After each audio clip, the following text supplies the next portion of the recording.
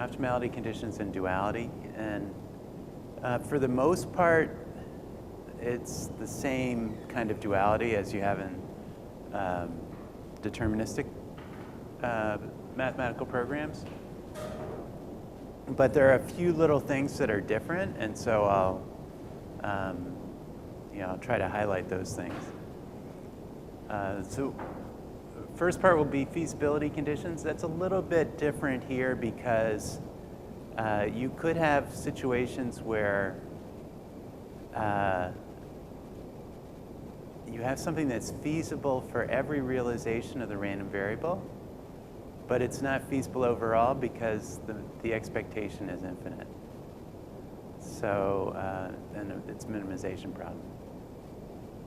So there's a little bit, so that part is different. And then when I get into the optimality conditions, there's this problem that you may have these, what we call singular multipliers. That is, multipliers that exist only in the limit, that they're not, you can't write them as an inner product of, and you can't write the relationship as an inner product. So I'll talk about those, and then the way we get rid of the problem is this assumption that's called complete recourse, which is that there's always a feasible continuation of the solution.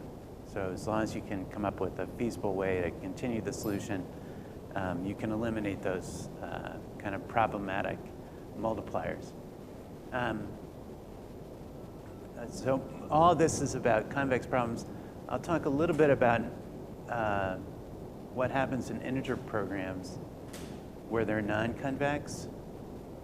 And then I'll mention how this all relates to value of information. And then I'll talk about how the conditions, so it turned out George Dantzig, when he was a PhD student, he went to University of California at Berkeley, and he wanted to work with Jerzy Neyman of the Neyman-Pearson lemma. And so he went there to work with him, and then he was taking Neyman's class. And he wanted to impress Neyman, of course, because he wanted to do his PhD with him. So one day, he's late to class. And he comes into class, and there are, usually what Neyman would do would be write the homework problems on the board. And so he comes into class and he sees the homework problems on the board, and so he writes them down. And they're due in a week. So it was like a Friday, and they were due the next Friday. So he's working on these problems, and or I guess it was Thursday class. So he's working on these problems. It's the class is on Thursday, and they're supposed to be due the next week on Thursday, and he's having a lot of trouble solving them. But finally on Thursday, right before the next class, he sort of figures them out, and he solves them, but he doesn't have it done in time for the class. And he was really upset because he hadn't finished the problems in time for the class to start. So he only finished them that afternoon, and then the next morning, Friday morning, he went into Professor Neyman's office, and he knocked on the door, and Neyman was there, and he went in, and Neyman was working on something, and he said, "Oh, I did the homework problems." And Neyman said, "Okay, well, put them on my desk." And Dantzig said, "Oh, okay." Well, his desk was just a pile of papers. So, Dantzig didn't know exactly where to put it, but he put his homework on top of the pile of papers. So this was Friday. So then, Saturday morning, he didn't have class, of course, and he usually slept late on Saturday. So he's sleeping late, and he's on a second floor apartment, and you had to go in through the first floor and then go up a hallway to get there. But the first floor was locked. So he's sleeping late, and he's with his wife, and he hears this rapping, like really loud on the door. And he's rapping, and he's wondering what's going on. And so he goes downstairs to the door. He goes downstairs, he opens the door, and it's Professor Naiman. And Professor Naiman says, "Your dissertation is done." And what had happened, they weren't homework problems. What Naiman had written on the board were the most famous unsolved problems in mathematical statistics at the time. And Danzig had solved 2 of the unsolved problems that Naiman had put on the board. He didn't know it wasn't homework. So after that was it. In fact, that was his dissertation. So one part of it is this. It was the proof of the necessary condition of the Naiman-Pearson lemma, and so which uses this duality. Uses it. So he didn't describe it as duality, but it effectively is stochastic programming duality. So I'll show you how the Naiman-Pearson lemma is proved by stochastic programming duality, which was what Danzig figured out as a PhD student in 1936. So,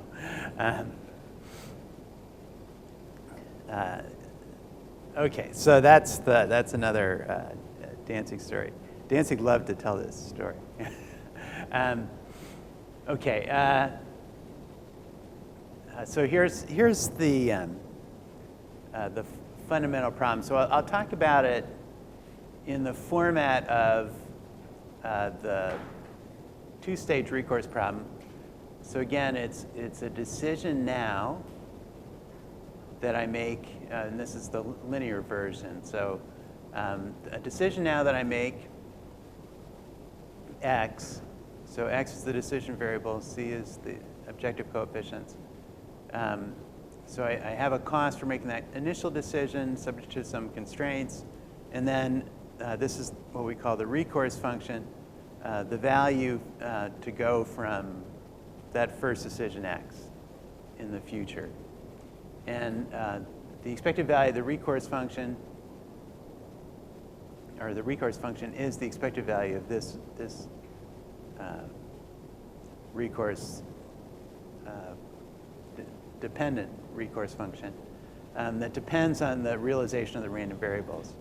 And here I've written it out that C represents all the things that are random here.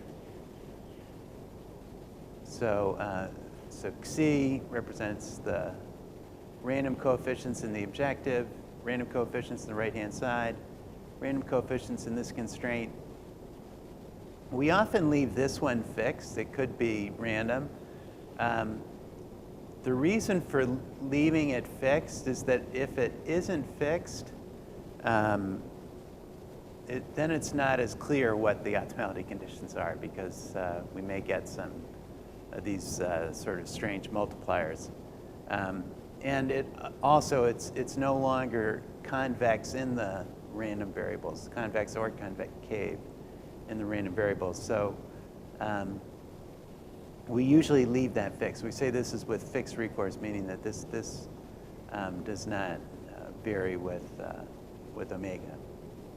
Usually that's not a big problem, because you usually know how you're going to make decisions in the future. You just don't know the conditions under which they might operate. So usually this is not an issue. Okay, so this is the problem then that is solved in the second stage. And as I said, since all right,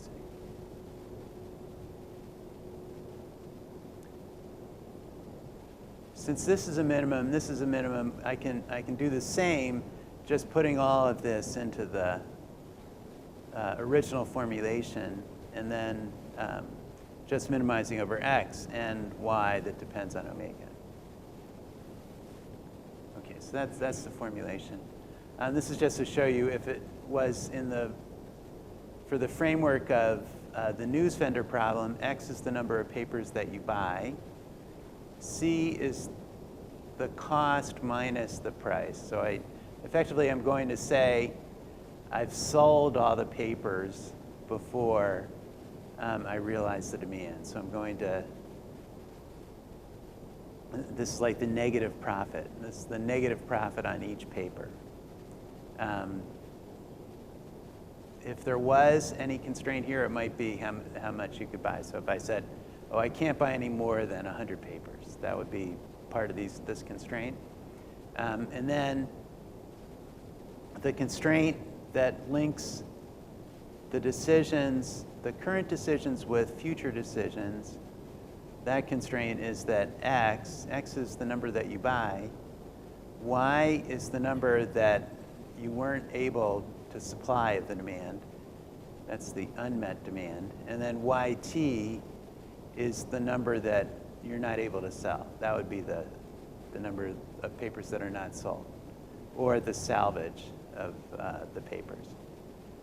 And then Q, so Q is the objective in the second stage. So Q in this case, the 0 corresponds to unmet demand. Here I don't penalize myself. Sometimes we have a penalty for not meeting the demand. Here I'm just saying, well, I'm just not going to get any more profit. So if I don't meet demand, there's no penalty. But there is a penalty if papers are not sold. So I lose the revenue that I had, but I gain any salvage value. So we could say the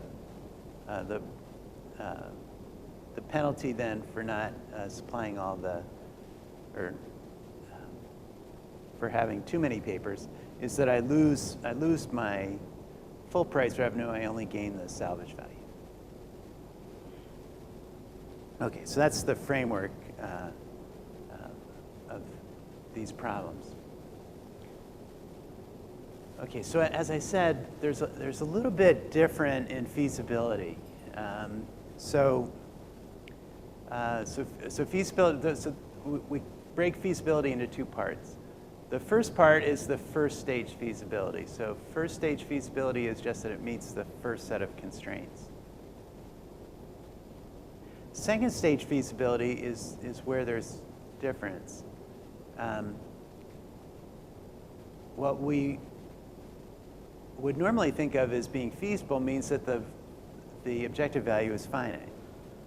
So normally we would say, okay, it's feasible if for the second stage, so K2 corresponds to the second stage. So it's feasible for the second stage if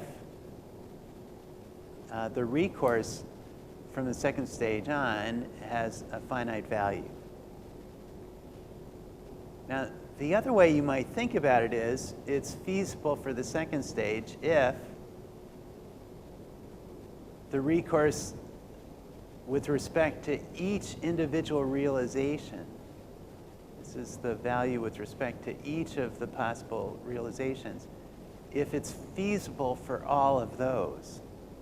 So if it's feasible for all these, if this is finite, and that's true for all of the possible realizations of the random variable, that could be a feasible region. But what's possible is, even though X is feasible for every possible C, it's still possible that the expectation of this Q of X given C, the expectation of that might still be infinite. So this, what's that?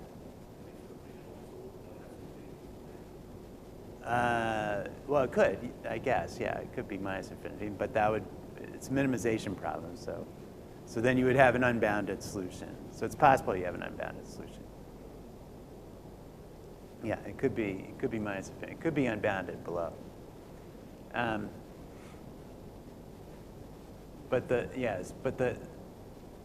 the problem is that this expectation could be infinite, in which case that means that K2P is bigger than K2.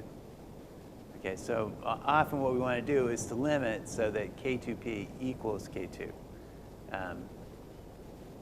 So we'd like to avoid the situation where K2P is strictly bigger than K2. Okay, so when is that true? Well, certainly it's true if C is finite, and this is why I said when W is fixed. So if C is finite, it's going to be true, because if C only has a finite range, then this expectation, and this is finite for every possible value of C. If it only has finite range, then there's no problem. The expectation has to be finite. But if C is something else, if this domain of C here, if that's infinite, like if it was a normal random variable, with a normal random variable, we don't have any bound. So with a normal random variable, we wouldn't necessarily know whether this was finite or not. Now, the reason I said often we say W is fixed, if W is fixed and C has finite second moments, then I know that none of my expectations is going to become infinity in the linear problem. Okay, so everything is going to be, in other words, at most quadratic in C. So if I know that my solution is at worst quadratic in C, then I just have to know that C has finite second moments, and then I can still say this. So the reason for saying why is that W matrix often fixed, or why do we often say it's fixed, is so that we can make this agreement that these two things actually are the same, so that the feasible region is always the same for the two. Okay, so if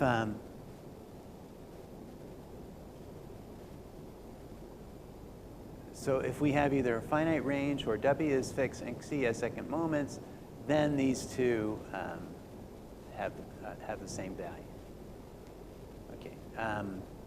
In general, this is going to be true. It's going to be closed, and it's convex. Well, it's convex because it's convex for every possible C.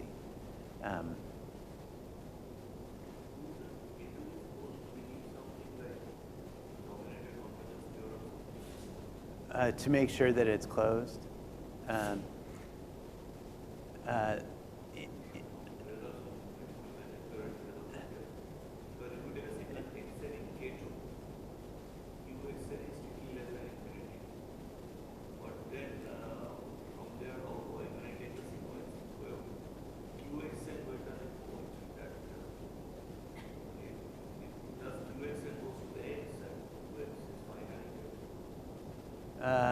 Let's see if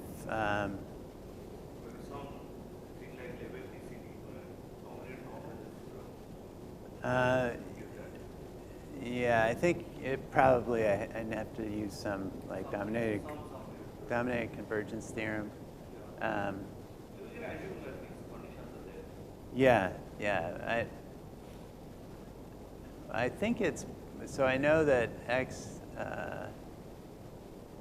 is in a closed region.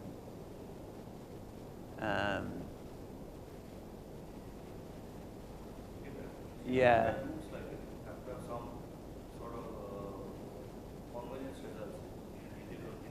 And yeah, you have to have some kind of integral convergence to make sure that this is always true.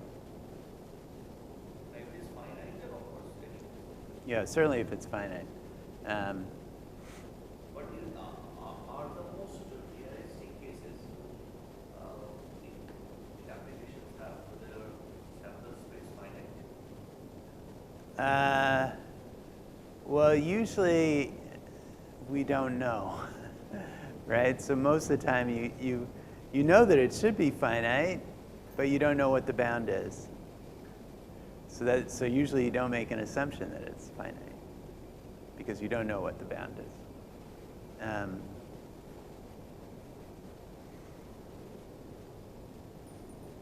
Yeah, so in general, this should be, this is closed as well. I think,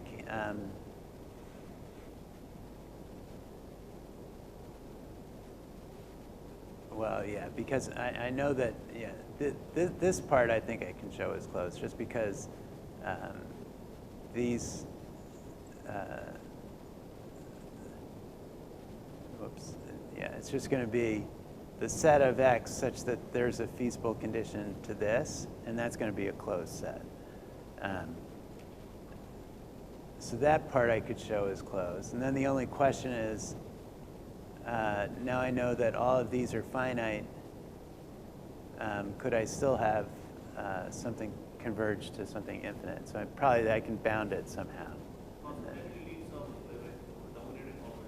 Yeah, some kind of dominated convergence. Okay, a couple other things. If T is, go back to the formulation. So T is this matrix in here that transforms X into the right-hand side in the second period. So if T is fixed, so then the random variables are just H and Q. Then you can show that K2, this set here, is polyhedral. Well, it's polyhedral because it's going to be the same as K2P. And K2P, that's polyhedral because of, it's just the set that's feasible for this condition here. Okay, so being polyhedral means that I can represent it as an intersection of linear constraints. So there is a representation of the feasible region that is the intersection of a set of linear constraints, and it's a finite set. So that's the other thing about being polyhedral. So there's a finite set of linear constraints. Okay, now the other thing, even if T is not fixed, if H and T are independent of one another, and the domain of the random matrix T is polyhedral, then K2 is also polyhedral. Okay, so as long as these things are independent, then you can show that it's also, that the feasible region is again polyhedral.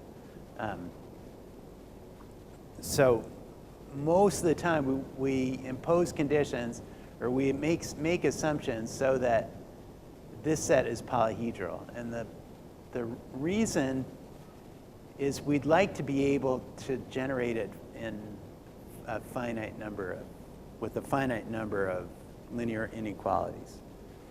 So like the algorithms are going to may generate K2 one constraint at a time. This is the feasible region up here. And what we'd like is that the algorithm will be finite if there's only a finite number of constraints that I need to generate. So I'd like to show that there's a finite number of them. So if I have these conditions, then I know that there's a finite number of these constraints that can be used to generate the feasible region. Okay, so this is I would say these are like finiteness results about the feasible region, which is useful in particular for these algorithms. Okay, so here's an example where K2 is not equal to K2P. So just think of this. I have X plus Y has to be greater than or equal to C. That's the only place where Xi comes in, y is greater than or equal to 0, and suppose that Xi has a density that's just 1 over x squared on 1 to infinity. Okay, so so Xi just has this kind of density. Well, the expectation of q of x for any x is going to be infinite. So K2 in this case is empty, but K2P for any particular realization of Xi, there's always going to be an x. X just has to be bigger than that Xi. So there's always a y that I can choose that will be bigger than Xi. So that in this case, the K2P could be everything, and K2 is the empty set.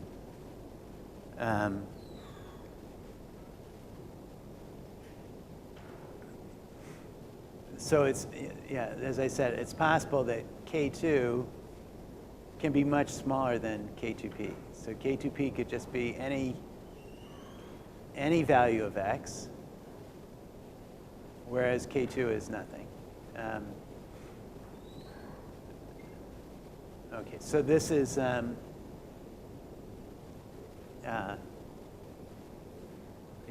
this is just to show you why you may have situations where these two things are not the same. Now here's this to show why K2 is polyhedral when T is fixed. Okay, so K2 is the set of x's such that there exists a y such that wy satisfies these constraints. Wy equals, let's say, all the random variation is in Xi, because I said T was fixed, so there's no variation in T. So I'm just looking for a y has to be non-negative, where W times y is Xi minus Tx.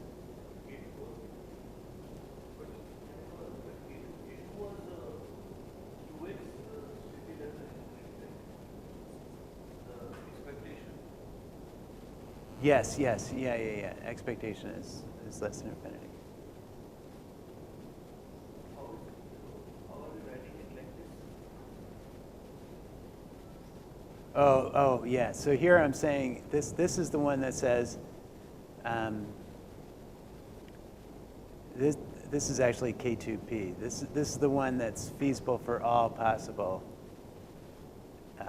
X's. This is the X for where this expectation is finite. right, yeah. X is where the expectation is finite. The K2 is where x gives a finite expectation, and K2P is where x is finite for every. And the cost is finite. Yeah. But how are we writing K2 in that particular form? Oh, so this is the second form. This is the one that this is true for all X's. So this means there's a feasible solution for all Xi.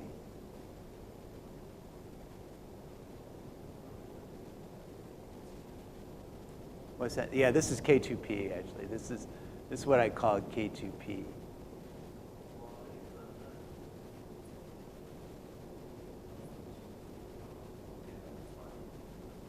But what is QXI? QXI is actually the meaning of that.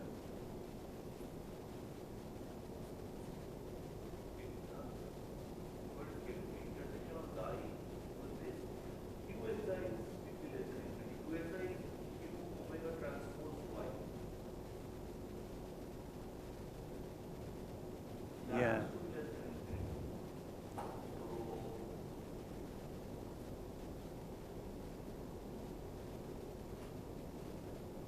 Something because QXI is the objective value, right, of the lower problem, second stage problem. Yes, yeah.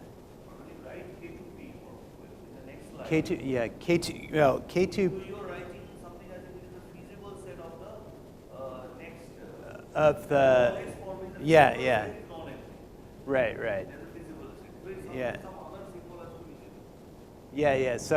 So I'm assuming that Xi has finite second moments. So if Xi has finite second moments, then these two are the same. So it's, I actually have this schedule. What I want to tell you is just what it is. This QXI, what you are writing here, QXI is actually the minimum, right?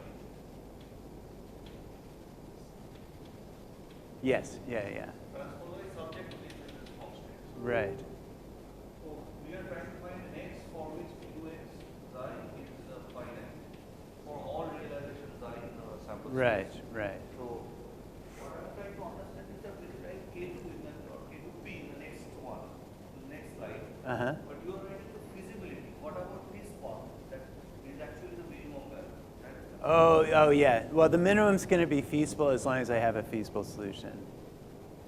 The minimum. the minimum is less than infinity as long as I have a feasible solution. Okay. The minimum is less than infinity. Yeah. The polyhedra Yeah. Just the minimum is less than infinity. Yeah, so I'm assuming in this case too that C has finite second moments because as long as it has finite second moments, then the expectation is also going to be finite.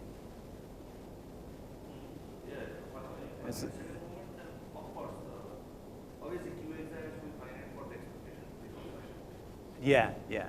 But as long as I have finite second moments, because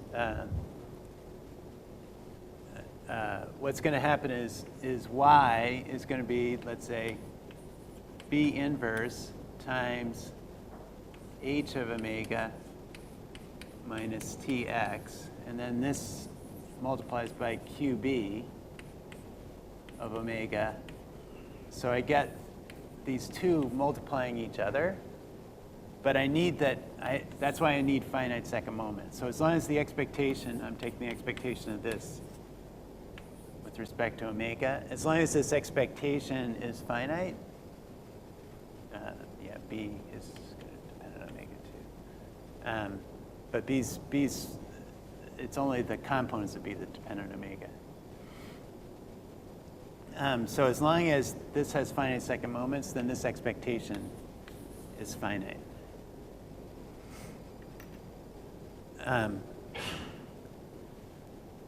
So this is why I need the finite second moments. Okay, so as long as I have finite second moments, I get that this K2 is the same as K2P down here. So K2 and K2P are the same, which means that K2 is the set of x's such that there exists a y that satisfies this. Okay, and now I apply the theorem of the alternative. So I say, okay, there exists a y such that y is greater than or equal to 0, and wy equals xi minus tx for all xi. For all xi. So that says that there does not exist a pi. So the theorem of the alternative says if this always has a solution, that means that there does not exist a pi such. Yeah, this is Farkas limit. So there does not exist a pi such that pi times w is non-positive, and w. So in other words, the left-hand side, I get something that's less than or equal to 0, and on the right-hand side, I get something that's positive. So there does not exist a pi such that pi times w is less than or equal to 0, and pi times this right-hand side is greater than 0 for all possible xi. So there can't exist a pi for any possible xi, or another way to write that is that pi times tx is greater than or equal to. I can never satisfy this. So what that means is that pi times tx is greater than or equal to pi times xi for all pi times w that are less than or equal to 0. and for every xi. So pi times tx is greater than or equal to pi times xi for all possible pi transpose w less than or equal to xi. So I can optimize this over xi. And again, I'll get a finite representation. So I have a finite way in which I can describe this for all possible xi.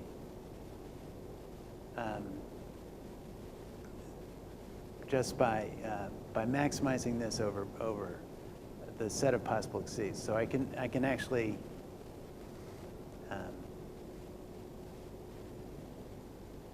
again, yeah, since pi times w less than or equal to 0, so this I could just say, all right, this I can write finitely, and then this is just going to be some value that's the maximum for all the pi. In other words, think of, I represent all the possible pi's that satisfy this. I can do that in a finite way. I could say, what's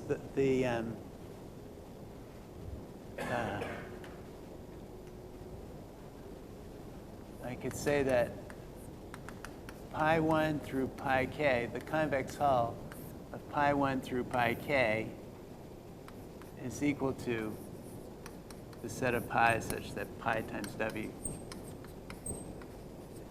is less than or equal to xi. And now all I have to do, yeah, and I might have some extreme rays of this, which maybe I'll call that rho 1 through L. But pi transpose of the finite region and W transpose pi. W transpose pi is less than or equal to 0. So Yes. you have a set of finite inequalities. And falling it. Yeah, but but what I need is I need to represent pi. I want a finite set of pi's because I have to do this. I have pi times, these are conditions on x. So I want pi transpose t x greater than or equal to something. And I want to get a finite number of those possibilities, even though xi might not have a finite representation. So it doesn't necessarily have a finite representation. Whoops. It doesn't necessarily have a finite representation. But pi does. So I effectively solved this optimization problem of maximizing for each of the extreme points of that region and the extreme directions of that region. I solved this problem, but that's finite. So I find. I understand the extreme directions here means kind of direction of recession. Yeah, the Recession direction. Recession direction. yeah. Yeah, these are so pi is represented by extreme points and extreme directions, recession directions. But the point is, it's finite. So I just solved, this is like a finite set of optimization problems. And then I'll just say, okay, so pi transpose tx is greater than or equal to the maximum over xi in xi of pi I times xi, and this is pi I. I do this for each of these pi i's, and then I do it also for these rhos. So rho transpose tx has to be greater than or equal to the maximum over xi in xi of rho transpose xi. Okay, so this gives me my finite representation. So I just need, I solve this problem, and that gives me a finite set of inequalities on x. Um,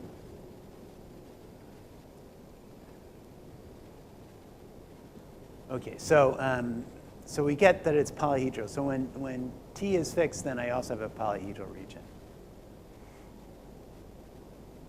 Okay, now there are certain cases that are particularly useful in stochastic programming.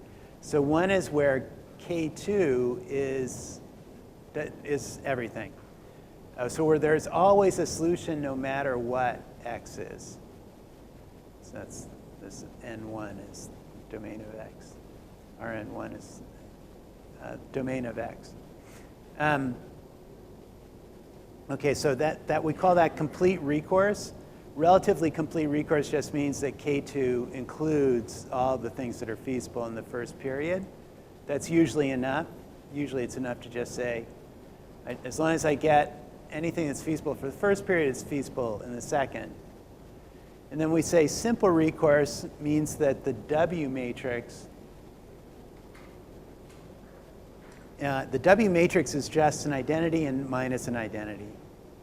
So in other words, everything just depends on the sign of H minus Tx. So if it just depends on the sign of H minus Tx, my coefficients in the objective are whatever corresponds to being less than the right-hand side and whatever corresponds to being greater than the right-hand side. Okay, so those are the special cases. All right, now here's some properties of the objective function. So the recourse objective function has the following properties.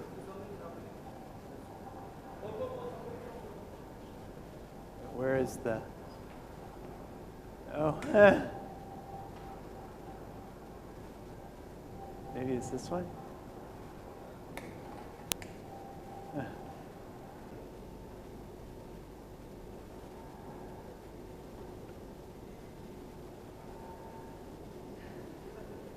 Oh, now it's gonna. It's stuck in a loop. This has some properties, some convexity properties that we can use in algorithms. So Q of X and C is piecewise linear and convex in the right-hand side variables as well as this transformation matrix T. It's piecewise linear and concave in the objective coefficients. And it's piecewise linear and convex in X as well for every feasible X. Okay, well, I'll show in a minute how this works.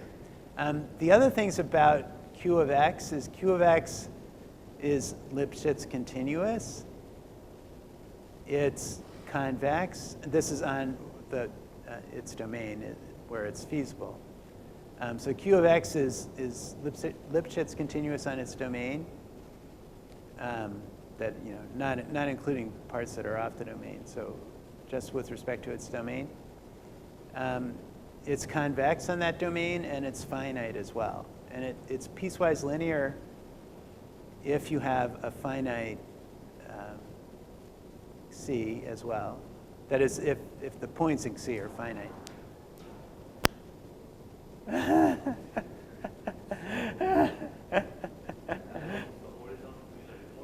Yeah. The other thing that's interesting, even though it's piecewise linear for all of these possible realizations, effectively this is like a version of Rademacher's theorem, that something, a non-differentiable function that's continuous over a closed interval only has a finite number of discontinuities, or finite number of, its derivative only has a finite number of discontinuities, or a finite number of points where it's non-differentiable. Because of that, when you take the integral, then you get something that's differentiable if it's absolutely continuous. So, so you have that it's differentiable on its domain. That is the place where it's feasible or finite. It's differentiable on that if the distribution function of the random variables or random vectors is absolutely continuous. So we have convexity, Lipschitz continuity, and then differentiability in the case of absolute continuity in the distribution function. Okay, I'll show one of these. So here's the convexity. So this is again using duality. So here we have the recourse problem. It's minimize Q transpose X subject to WY is H minus T of X, T times X, and Y is non-negative. And now what I want to show is that it's convex in H and T. So I want to show it's jointly convex in H and T. All right, so I'll take let's take an HI and a TI. And suppose that the optimal Y for HI and TI is YI. And there's an associated dual multiplier pi for each of these i's as well. So there's a YI is the primal optimal solution for HI and TI, and pi I is the dual for HI and TI. Okay? I'm just saying there's two possible solutions. Yeah, just going to show convexity. So I'm going to take two solutions, and then I want to show that its convex combination is greater than or equal to the value at the convex combination. Okay, so I have these two possibilities, and let's suppose this is what's optimal at the convex combination of HI, H1, T1, and H2, T2. So let's say Y lambda is optimal for this convex combination of H1, T1, and H2, T2. And pi lambda is optimal for that. It's the dual that's optimal for that combination.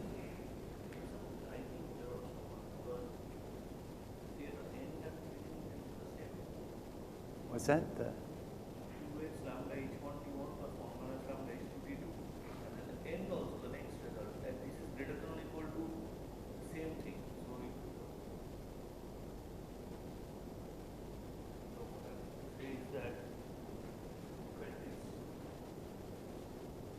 this and this the same thing. So it just says this is greater than or equal to this. It should be. Oh, I see. So it should be, for example, lambda times qx. Oh, yeah, that's right. This should have been lambda. Yeah. That's what that is. Yes, sorry. Yeah, the first part is the lambda. That should be the lambda, right? Yeah, it should be.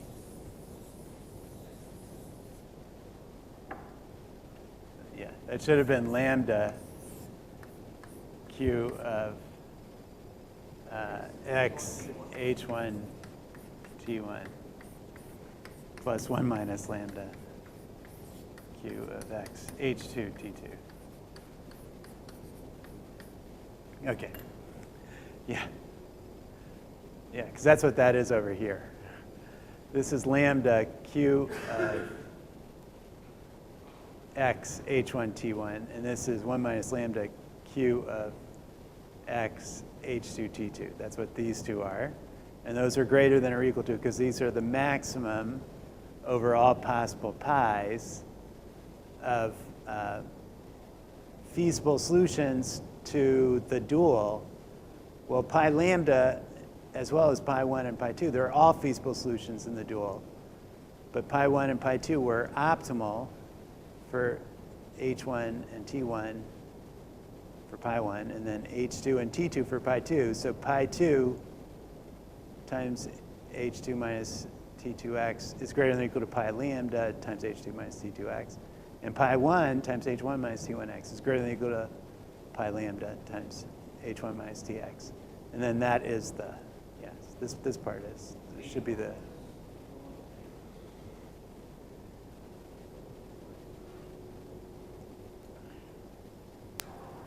oh no. Okay, so this gives you the, so this is the convexity. So so there are all these convexity relationships. So convexity in H and T, but concavity in Q. So the Q up here, if I look at Q of X and C in terms of this objective function Q, it's concave in that, but it's convex in H, T, and X. Okay.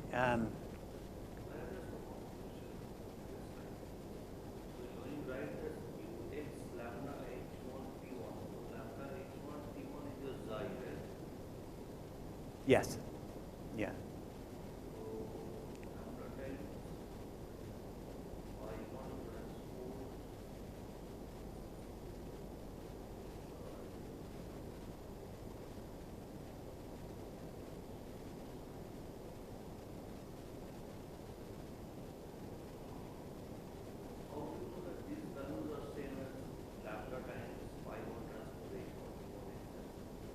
Which way?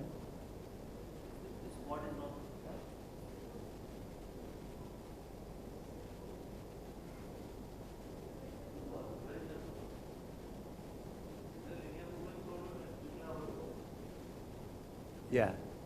So pi is the solution of the dual. Pi is the solution of the dual. Yeah. So pi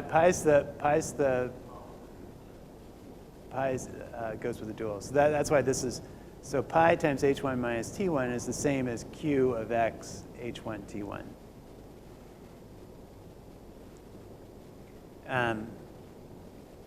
Okay, so here's the set of optimality conditions. So we suppose C has finite second moments. That's again to make the K2 and K2P be the same. And let's assume either that it's bounded or that is the feasible region is bounded, or that or that Q eventually is linear. So in other words, if I go along, again, any direction of recession, that it grows at most linearly in that direction of recession. Then I always attain an optimum. So we can show that, certainly if K is bounded, we'll always get an optimum. But also, if Q eventually becomes linear, there always is an optimal solution. So existence is guaranteed as long as there's some kind of constraint on how quickly Q might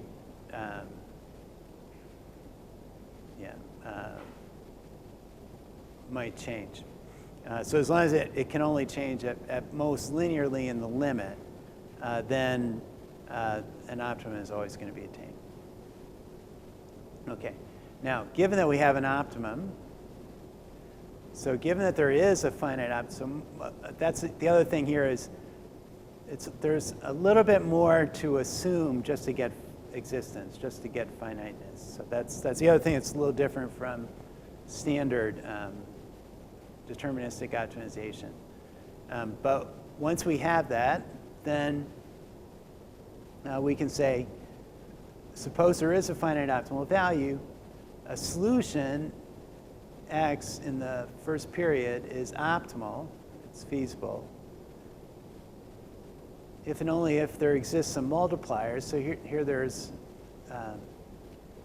here I've written it with two sets of multipliers. So multipliers lambda that are going to correspond to the first set of constraints.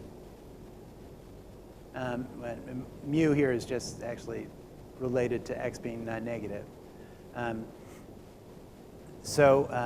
Satisfying some complementarity condition of the mu's with respect to x. In other words, so that mu is 0 if x is positive. And then I can write the optimality conditions in the same sort of framework, that some combination of lambda times the matrix of the constraints in X, subtract off C, the objective coefficients, and then add in these multipliers associated with the non-negativity, that has to be a subgradient of the recourse function. So this part is just the standard optimality condition from nonlinear optimization. So we just have a subgradient that can be written in terms of the constraints and the objective coefficients, or the subgradient of the objective, which in this case, since it's linear, is just minus C. Okay, so we get this set of conditions in terms of the subgradient of the recourse function, and then we can write the recourse function subgradient as a combination of subgradients of the recourse function in the second period, and then this is the normal cone to the feasible region in the second period at x. So this is all the vectors which have a non-positive product with directions in the feasible region at the optimal solution x star. So I can write this subgradient out as the expectation of the subgradients with respect to the random variables. So this is the subgradients of each of the individual problems, and then the normal cone to the feasible region. So I have subgradients of the individual problems plus the normal cone to the feasible region. Okay, so those are the overall optimality conditions of the problem. I can write this in another way. So I could always do that framework like I had with the financial planning problem, where I did the tree, and I took the tree and decomposed it into paths, and then had conditions on the paths, the non-anticipativity conditions.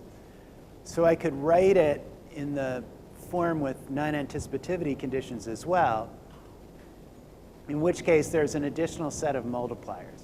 And the solution is feasible, it has a bounded optimal value, and it satisfies, so in this case I want to ensure that I get multipliers that are well behaved. So it satisfies a relatively complete recourse condition. So that means that I can always find a feasible completion in the second period. Then I'll say a solution is optimal. Now this is, because I've said the second period, the first period can actually, in this case, it is also random. So both the first and the second period are random variables now. But the first period variables have to satisfy that non-anticipativity condition. So these have to satisfy the condition that they're non-anticipative. This is optimal if and only if there's a set of functions which are integrable, which I can take their, in other words, they have finite integrals over the set of omegas. There's a set of these integrable functions where there's lambdas that go at the A, and now I have a set of multipliers that go with the constraints where the first set of multipliers are attached to the non-anticipativity constraints, and the second set of multipliers go with the constraints in the recourse problem. So the pi is, again, the constraint in the recourse problem, and I've put it directly into the optimality conditions here. Okay, so now I have all the standard kinds of optimality conditions, which are basically dual feasibility and complementarity. So I have dual feasibility, which is that essentially the reduced cost for every possible omega now, because now I have it's an infinite dimensional linear program in this case. The reduced cost for every possible omega is non-negative. it's complementary with respect to x, and the reduced cost in the recourse problem is also non-negative and complementary with respect to y. So I have essentially these non-negative reduced costs, that's like dual feasibility, and then complementarity with respect to the first period variables and with respect to the second period variables. And the additional condition in here, which goes along with the rows here, is that the expectation of the rows is equal to 0. Now this is effectively, this is complementarity with respect to the non-anticipativity condition. So this is, so I have complementarity with respect to the dual variables, and then this is going to be like complementarity with respect to the non-anticipativity condition. Okay, now what makes this different is, let's go back. Yeah, what makes this different is that I have this condition about relatively complete recourse. Okay, this is just a way to look at this. You can think of the stochastic program as it's a linear the way I wrote it was a linear program. So it's a linear program, but like an abstract linear program. And so if you think of an, oh, thank you. Think of an abstract linear program.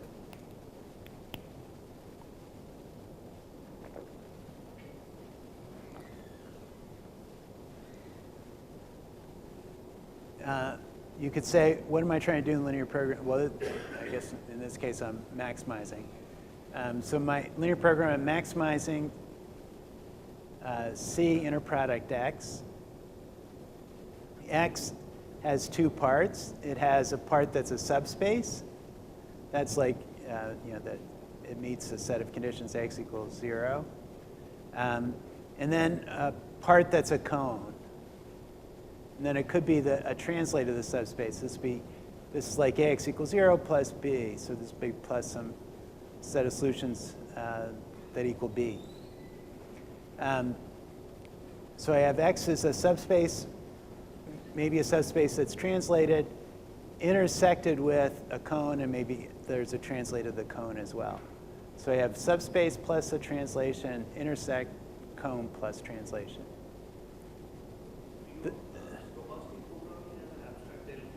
Yeah. Okay, so you could think of the stochastic program has a form like this. Its dual has a form like this, which is the dual is the infimum over, now it's whatever the definition is of inner product in this space of this translation with respect to this first dual variable, and then this other translation with respect to the second dual variable. And then the C here is some combination of these dual variables. And the dual variables have to satisfy this complementarity condition, which means, that they're complementary, which means that pi is then orthogonal to the subspace of X, and rho is in the polar cone to this cone up here. So the polar cone is the cone that has non-positive dot product with all of the points in the cone. And then you can get duality from this. So, well, here's the weak duality. So Z star is always less than or equal to the dual solution because inner product of C times X star, I can write that as well, if I have the solution here, pi star and rho star in the dual, so I just do that substitution and then break pi out. I can substitute in for the X star, has these two components. an n star and a v star that correspond to the components of x star. And then now pi star is orthogonal to n, so pi star n star is 0. So I just get pi star times b. And rho has non-positive dot product with everything in C, so rho times v. That is less than or equal to 0. So this is less than or equal to this, which gives you the w star. Now you have to use then Farkas's lemma to get the strong duality, or something. Well, you have an abstract version of Farkas's lemma to get strong duality. Okay, so you can also think of stochastic programs as a particular version of an abstract linear program.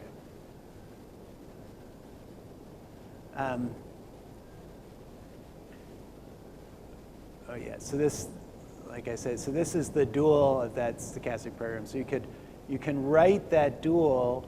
I said there's a lambda associated with the first stage, pi associated with the second stage, and then rho. And then the dual has a form like this, maximizing the expectation of these dual variables subject to this constraint on the rows being equals 0. Exactly the Lagrangian duality. Yes, yeah, it's an abstract version of Lagrange duality. Now here's the reason why you need complete recourse. Or here's an example for why you need complete recourse. So if I have a solution like this, I have a problem like this. Minimize x is non-negative, plus a q of x, where q of x is 0 if y is greater than or equal to x minus c, and it's infinite otherwise. So this is the feasible region for y. And c is uniform from 0 to k, big K minus 1. Okay, so c is uniform over this range. And now I have a set of multipliers. The multipliers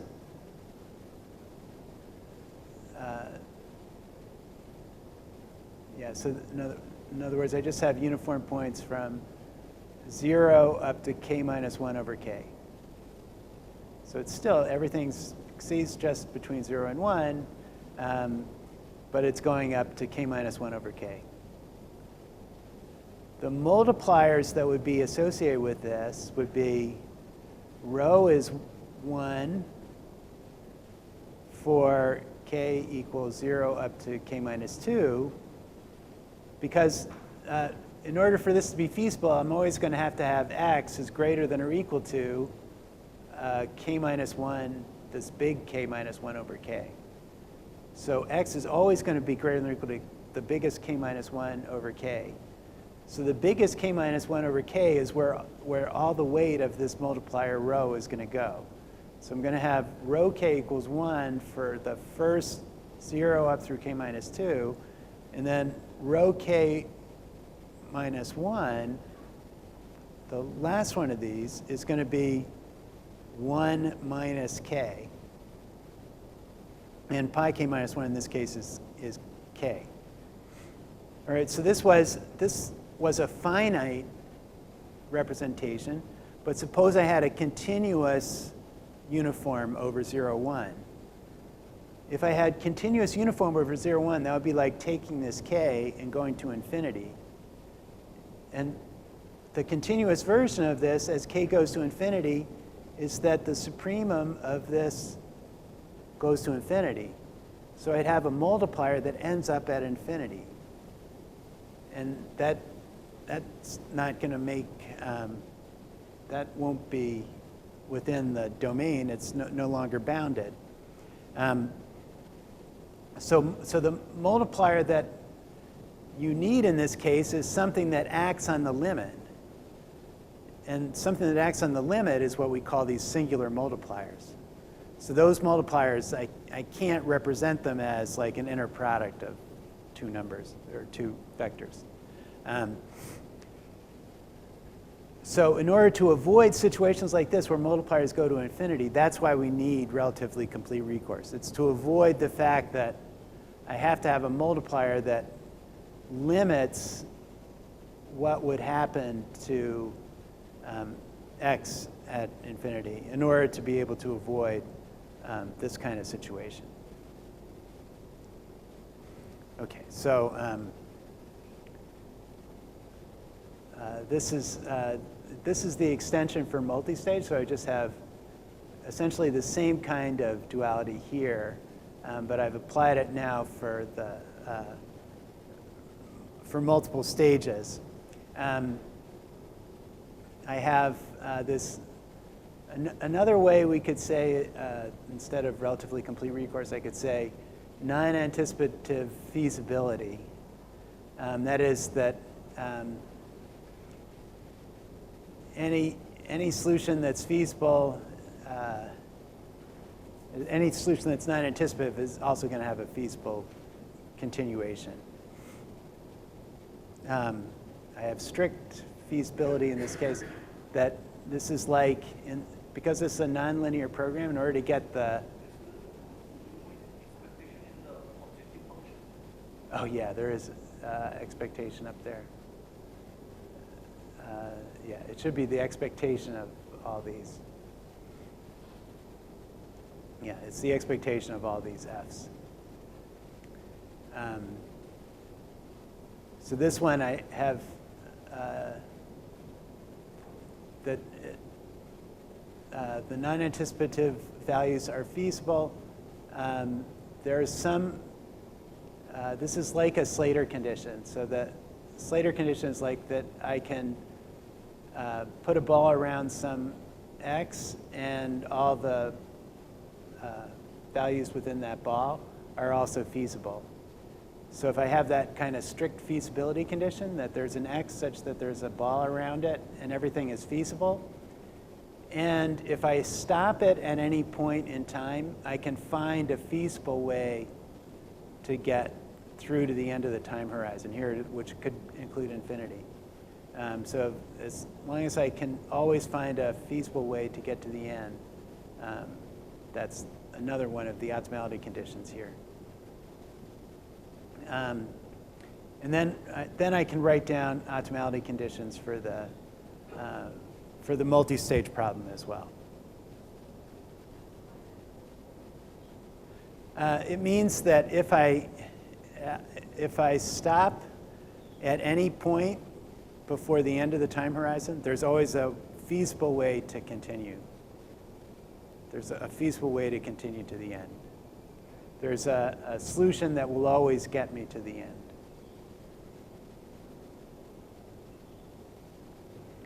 end. Okay, I'll mention a little bit about integer programs. So integer programs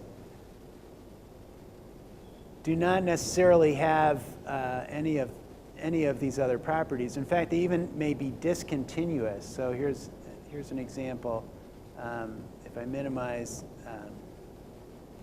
2y1 plus y2, y1 is greater than or equal to x minus c, y2 is greater than or equal to c minus x.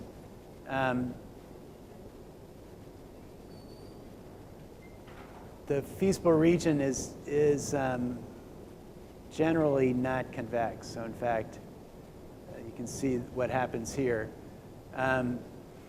So if I have c that could be either 1 or 2, then, and y1 has to be integers, then if I think about what's the possible values of x1, well, x1 could be 2, then, y1, so x1 can be 2, x2 could be up to 1, and that's going to be feasible, or x1 could be 1 and x2 could be 2, but I can't have both x1 and x2 be 2. And in fact, I can't have anything no values greater than, if x1 is 2 or x2 is 2, I can't have any value of the other one greater than 1. So I end up with a feasible region like this. So I get feasible regions that are so with integer variables, you may end up with feasible regions that are non-convex, which can create some problems. Okay, so I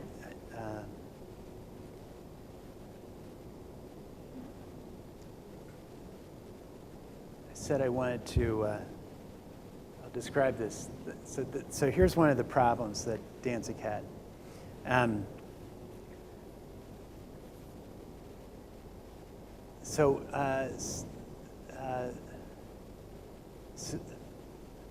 then it's published in this paper. This is a paper about his, well, this is one of the papers. He had a couple of things in his, so these were the two problems in his thesis. So the first one was student's hypothesis about the power functions independent of C. So there was a hypothesis that had been written by the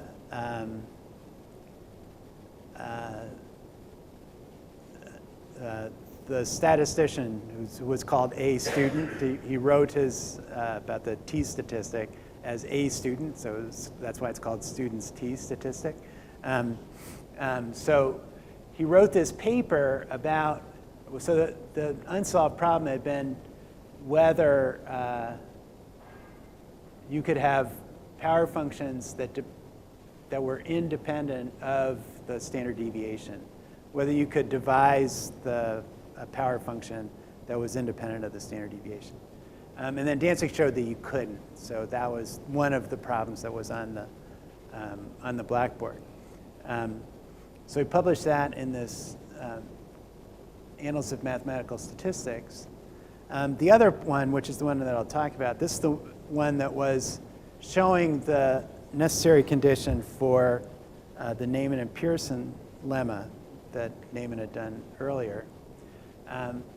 And that one, actually, he didn't initially publish it because, so he finished his dissertation in, well, essentially it was 1936, but I think he got his dissertation, he got his degree in 38 or 39, and then published this in 1940. But then he went to work in the, for the US government. And so he wasn't really interested in academic jobs, so he didn't submit his other paper. And the other paper was this Neyman-Pearson paper. So Neyman was the editor of this journal, Mathematical Statistics, and he had this paper that was submitted by Abraham Wald that proved the Neyman-Pearson lemma, what Danzig had done several years earlier. In fact, 15 years earlier. So Neyman gets his paper, and in fact, he didn't see it until it was already in galley form. And it was ready to go in the journal. And Neyman said, well, my student did that in his thesis 15 years ago. And so he calls up Wald and says, your paper that's about to come out, my student actually had it in his thesis, and his thesis was published, his thesis was submitted in 1938. So Neyman said, here's what I think you should do. I know it's already in galley proofs, but what we can do is we'll put Danzig's name into the author on the first page, then we won't change the rest of it. Wald said, well, okay. And so they put Danzig's name into it, but none of the writing is actually Danzig's. It's all Abraham Wald. The bad thing about it is it's not written, it's written in a way in which you can't recognize what's going on. Whereas the way it's written in Danzig's thesis, and I have a copy of his thesis.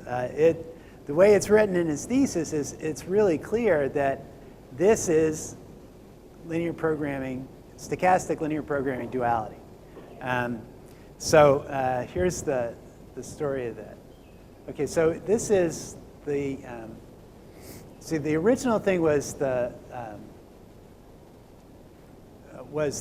sufficiency. So what Neyman and Pearson had published in 1936 was that suppose you had a set of functions and a class S of tests. So this is like, think of S as the realizations of a set of experiments. And what I'm looking for is over that realization of a set of experiments, I want to meet a certain condition. So what this condition is going to be like is something like, oh, I want to have a certain type 1 error, probability of type 1 error. So I'm going to set my type 1 error to be something. And now what I want to do is to select a bunch of these possible tests out of the ones that meet this condition, select some out of those possible tests that are the best according to some other criteria. So this is going to be the power. So I'm going to set, let's say, the error or the size, they call it, size of the test. And then I'm going to maximize the power of the test. And they said their sufficiency was, well, if there was an S such that this function that you're trying to maximize was greater than or equal to some combination of all these possible tests that you're trying, or all these possible conditions that you're trying to test for, and that's true for all of the possible experiments that you could have that meet those conditions. And if it's less than or equal to that combination for anything that doesn't meet the conditions, then you'll have a test that meets the conditions. And then, so the question that was on the blackboard was, suppose you have a test that,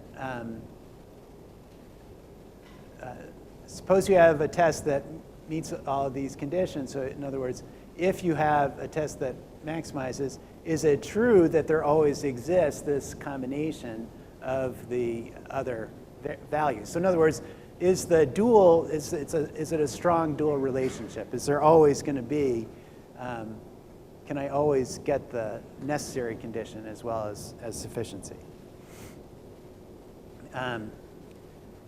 Okay, so yeah, so as I said, S is like the hypotheses, this is like the size of the test, and this is like trying to find the most powerful test. And then essentially what the Neyman-Pearson lemma says is that if I use the likelihood ratio, and if I know that like think of F2 as what happens. F2 is what happens if you're in the alternate hypothesis. So this is like, okay, this is what you would get in the alternate hypothesis. F1 is what you would get in the null hypothesis. Yeah, S1 is a subset where the null hypothesis is rejected. Yeah, so I want to reject the null hypothesis with a certain probability. Or in other words, I want to accept it with this probability. So I'm going to, I'll reject the null with this probability. So that's like my error. That's my probability of type 1 error. And then I want to have the most powerful test that rejects with that error.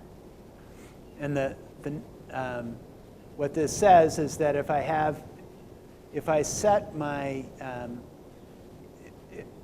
I can do it by saying I'll select a set of tests such that the likelihood that it comes from the alternate hypothesis is at least k, some value k, times the likelihood that it comes from the null hypothesis. And I set that k such that I fix the proper type 1 error. That's the Neyman-Pearson lemma. So you set the k such that you get the error that you want. And if you do that, then you get the most powerful test. Okay, so the necessity condition was if there exists an S that satisfies these conditions, then there must be this sort of, so K's effectively are your dual variables. So then there must be this set of dual variables. If you have an optimal solution, then there must be a set of dual variables that combine the constraints. So the F is like the constraint functions of the constraint functions in the original optimization model, and then F must satisfy these conditions on the constraint functions. So Danzig's the one that saw that it's an optimization. It's like expectation, I'm maximizing expectation of Fm plus 1 subject to these other conditions. It's infinite dimensional linear programming problem. So those Ks are the multipliers. They're the multipliers of these conditions. And so Danzig saw it as this infinite dimensional linear program. And this is before he'd come up with linear programming. I mean, this is just, walking into class late and seeing the problem on the board. So this is like, you can essentially solve this, and this is the way he thought about solving it, is solve it by that algorithm that I showed last time, this generalized linear programming algorithm, where you have a set of solutions. You have a solution that satisfies the conditions, and then you consider. So now what he did is he thought about it in this way.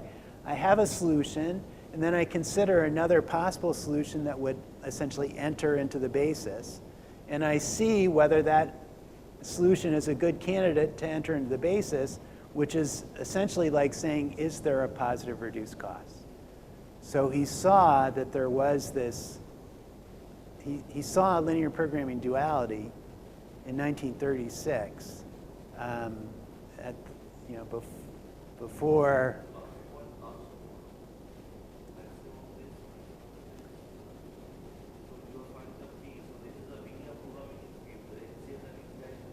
Yeah. So he saw this as linear programming P because the expectation is over. It's LP duality. This was LP duality in 1936 before anyone had described a dual. Before anyone had described a dual linear program. Okay, so this is if there's an optimal solution, then there is this set of multipliers, a set of multipliers which satisfies these conditions. So he basically had LP duality in infinite dimensional space in his homework problem in 1936 that ended up in his PhD dissertation in 1938.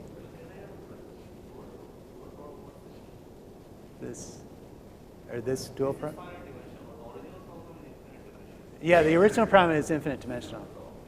Yeah, this problem is infinite dimensional. The dual is finite. The dual is finite. You just solve the dual. The dual is finite because it's semi-infinite. It's a moment problem. It's the moment problem, semi-infinite, and he solves it by linear programming, by generalized linear programming. So all of that was in Danzig's thesis. And the fact that he did this, he became pretty well known for a while because it was like the power of positive thinking. There was an evangelist in the U.S. called Bishop Sheen who was on TV in the 1950s, and Bishop Sheen promoted the power of positive thinking, and so he had this whole series of sermons about Danzig. About walking in, not knowing, he said, if you think you can do it, you can do it. And because he thought he could do this, because he thought I should be able to do this homework problem, That's why he was able to solve these unsolved problems. And essentially, all of linear programming, in fact, all of optimization came from his walking in and thinking that he could do those homework problems.